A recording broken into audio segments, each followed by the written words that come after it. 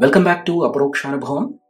In today's episode, we will talk about the Hanuman's journey to Lanka, crossing the ocean, and there are four hidden secrets or lessons that he teaches us as part of this journey. Most of us know the story of what happens, but the inner secrets and meaning behind the four steps that happens or the four obstacles that he crosses during this journey is what we are going to learn here in this video. So let's get to a brief introduction about how this story started. So, as you all know, the son of Vali, Angada, his group of Vanaras heads towards the south to find Sitama. And as their journey comes to an end at the southernmost tip of the land, they see a vast ocean in front of them. And at that point in time, they stop and start to think, what next? And luckily they have Sampati staying nearby, which is the brother of Jatayu. And Sampati gives the information that Sitama is on the other side of the ocean in an island. And with that information, somebody has to go and confirm it. And all the Vanaras start to discuss whether who is the right person who can actually cross the ocean, find Sitama, and get that information back and tell that back to Rama. And with all the discussions happening, finally, no one is committing themselves that they'll be able to do it. And Jambavanta realizes that it's now the right time to make Hanuman realize his true strength. So Jambavanta goes to Hanuman and tells all the backstory of how he was cursed, and then how now it's the time for him to regain his strength and cross this mighty ocean and find Sitama and come back and relay that information to Rama.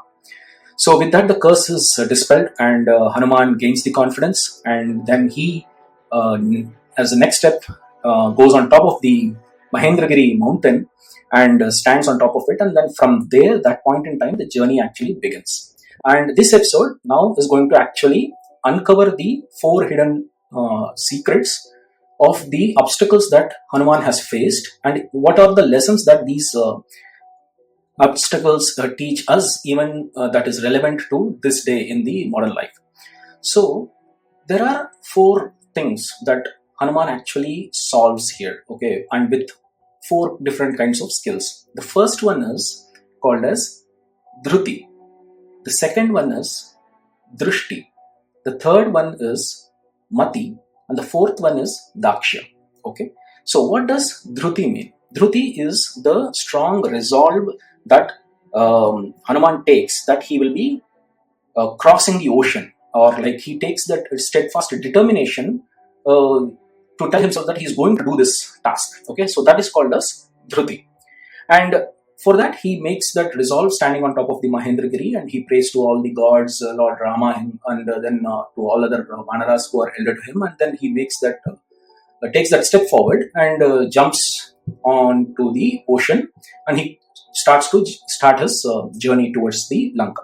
So that is the first step, which is Druti. So every person actually needs to have that determination within himself and the confidence that he will be able to perform a particular task. So making that as the very first step, understanding your goal and making the resolution that you will be able to achieve that goal, and taking the decision, the first step to do that or go towards that goal is called as Druti.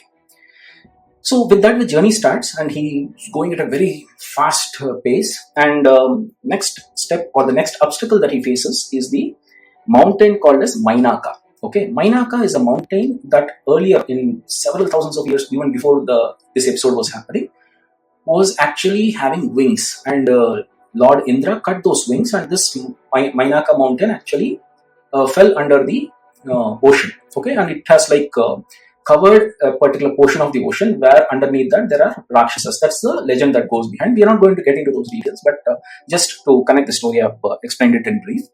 Now the Lord of the Sea, okay, the Samudra god, requests Mainaka to come up and serve Hanuman, who is going on for a great task, which is in fact helping Lord Rama.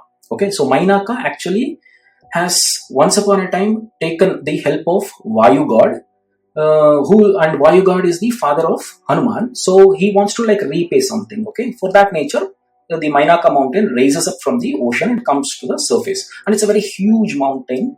And as soon as Hanuman sees it from distance, he thinks that there is an obstacle coming there, and with that obstacle in front of him, he actually goes with even more force and hits it very hard with his fist, such that the Mainaka mountain itself again drowns back into the ocean. Okay, so such a powerful hit is what Hanuman hits the mountain. And here at this step, it is called as Drishti. Okay, Drishti means the clarity of the vision. So Hanuman sees that as he is going towards his task, if there is an obstacle that's coming in front, he has to like overcome that obstacle. And that's a golden mountain. It has got a lot of beauty in it, a lot of trees in it, a lot of fruits, and a lot of food as well. That is also tempting, and it's a golden mountain. So seeing all that, some person can actually get tempted, and he might feel that he might need to take some rest. So having that kind of a temptation in front of you, but you need to have the clarity of vision. That is not your goal. That is not the ultimate goal for which you actually started this journey. So you need to go past that, and that's the reason Hanuman, with the clarity of vision, which is called a Drishti, hits the mountain, and the mountain drowns back into the ocean, and then he want to continue his journey. But immediately the Mainaka again raises up in the human form, and then he requests that you better stop here, have some rest, take some food, and then you can continue your journey. But Hanuman again replies back to Mainaka saying that I am very much pleased with your offer, but this is not the right time for me to stop. I am like the arrow coming from Rama's bow, so it's not going to stop anywhere. It has to go and reach its destination. So please excuse me. And then Hanuman continues his journey. And so far we have covered two obstacles. The first one is the Druti, which is the steadfast determination, and the second one, which we have just covered, is the Drishti, which is the clarity of vision, the clarity of goal that we intend to start a journey. Now comes the third part. So as he crosses the ocean, there is a serpent goddess, which is called as Surasa, which is again actually sent by the gods themselves to test the valor, strength, and determination of Hanuman. Okay, but this time it's more to do with intellectual capability to solve that tricky situation and get past that situation. Okay, so Surasa actually has a boon from Brahma that any living being that crosses the ocean has to like go inside its mouth, and only then it will let it go. Okay, so Surasa stops even Hanuman and says that I have this boon and you have to respect it. So then what happens? Hanuman immediately decides that let me grow my own size of my body, and he starts to grow up. Okay, and Surasa, seeing his form growing up, it tries to open its mouth even wider, and there is a small competition between both of them who grows faster and bigger, and they almost grow like few yojanas of height. Okay, Hanuman grows few yojanas of height, and Surasa also opens its mouth few yojanas of height, and it keeps growing, and there is an ego of Surasa slowly increasing every minute. And Hanuman, realizing this, immediately shrinks himself into a small living being of just a small monkey size. Okay, and then he shrinks himself like that, and then goes inside the mouth of Surasa and comes back even before Surasa even notices what has happened. And then he stands in his normal form, and Surasa then comes back to its original form and then asks what happened. And Hanuman says that Surasa, I have done what you are actually entitled to have as part of Brahma's boon. So I went inside your mouth and came back, and you have not done anything. So I have fulfilled your boon, and so let me go now.